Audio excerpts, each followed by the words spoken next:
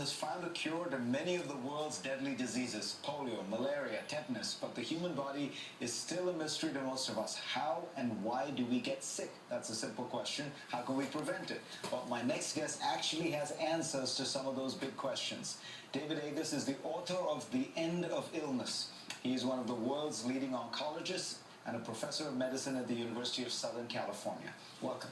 Thank you, Fareed. You are also Steve Jobs' doctor, so I have to ask you to begin with one of the questions that buzzed around the internet right after he died. He had pancreatic cancer, a rare form that was thought curable. He spent about 9 months trying to do it using alternative medicine before he went to the traditional path.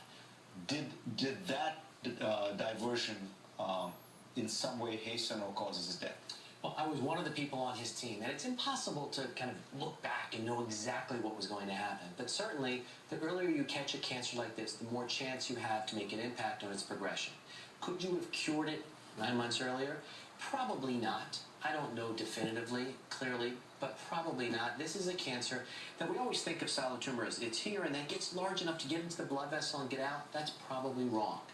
It probably is always out, and the question is, does it have the genes turned on to allow it to live outside the pancreas in his case? And it probably did. So still, the earlier you catch it, the better the outcome, but I'm not sure we would have saved his life. One of the things that I loved about your book was you have, much of it has this kind of feeling of being very commonsensical. These are obviously things you should be doing. Why aren't we doing them? But the thing that surprised me most, well, one of the things that surprised me was you say, as somebody who really has done the research on cancer backwards and forwards, taking multivitamins is a bad idea. Now, explain why. Listen, we are a complex system, and what we like to think of it as, there's something low, let me fix it. When you realize is everything you do changes your whole system. So vitamins, all they are is something the body can't synthesize enough of. It doesn't mean more is better. So look at the data. Over 60 studies randomized to multivitamin and placebo. None have ever shown a benefit. And there have been some studies, like they took men in a $248 million study and put them on vitamin E to prevent prostate cancer. After 3 years, 17% increase in prostate cancer, and it lasted for 3 years. And explain why, because you said the cancer cells actually are like the vitamins. Well, listen, there are two reasons. Two simple reasons that I look at it. One is that you make free radicals all the time to get rid of bad, damaged cells. Well, what do high-dose antioxidants, multivitamins do? They block those natural processes. The second is vitamins actually probably feed cancer. Cancer is what's growing. You know, an adult, we're not growing, but the cancer is. So these nutritional things may help it. So when I look at the data, there's no benefit. I guarantee you're not going to get scurvy or beriberi or rickets, yet we take these vitamins. I don't get it. The one thing you do say we should take is a drug that is 3,000 years old. Yeah, you know, Hippocrates described, over 2,400 years ago, taking the bark of the willow tree, chewing it, and getting rid of pain and fever. That pill, if you take it every day, will reduce not the incidence, but the death rate of cancer by over 30% and heart disease by over 20%.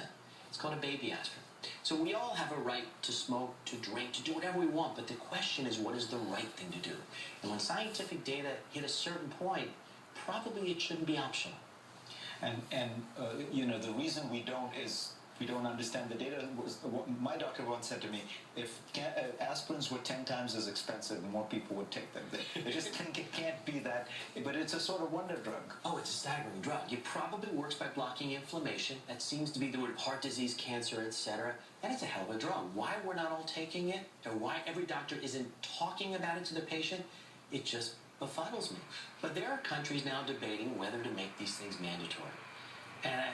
Again, the mandatory should be the decision of the doctor and the discussion with the doctor and the patient. We have to move forward, and the only way we're going to do it is through prevention.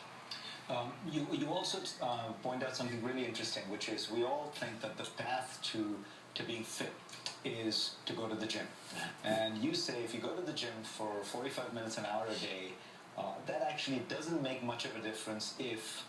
Well, listen, if you sit the rest of the day, sitting for 5 hours is equivalent to smoking a pack or a pack and a quarter of cigarettes.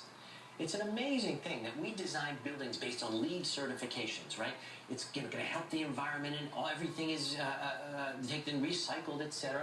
But we're not doing anything on health. The more important you are, the closer your parking space is to your desk. The more resources you have, the more bathrooms in your house. You don't have to walk place to place. Well, in 1953, they looked at the British Transit Authority. There were 26,000 workers. Half were the bus drivers, and half the ticket takers that walked up and down those double-decker buses. Well, there was more than half the death rate of heart disease in the ticket takers, and significantly less cancer. And they weighed the same. They smoked the same. Everything the same, is just moving. Your body was designed to move. That's how your lymphatics work. Yet we've engineered our society to sit. We need to change that. All this becomes much more important because we're creating, you say, a whole class of people that has never existed before. That is old people, right? And these are all problems that afflict people who are old. I mean, we used to all die in our 70s. Now we're all living into our 80s, and so this becomes particularly important as you age. Listen, we have an aging society. The baby boomers are becoming, late 60s, 70s, etc. Healthcare is growing year by year. We need to make an impact. The way to do it is not to change healthcare finance. I'm all for access, but at the same time, we need to change healthcare.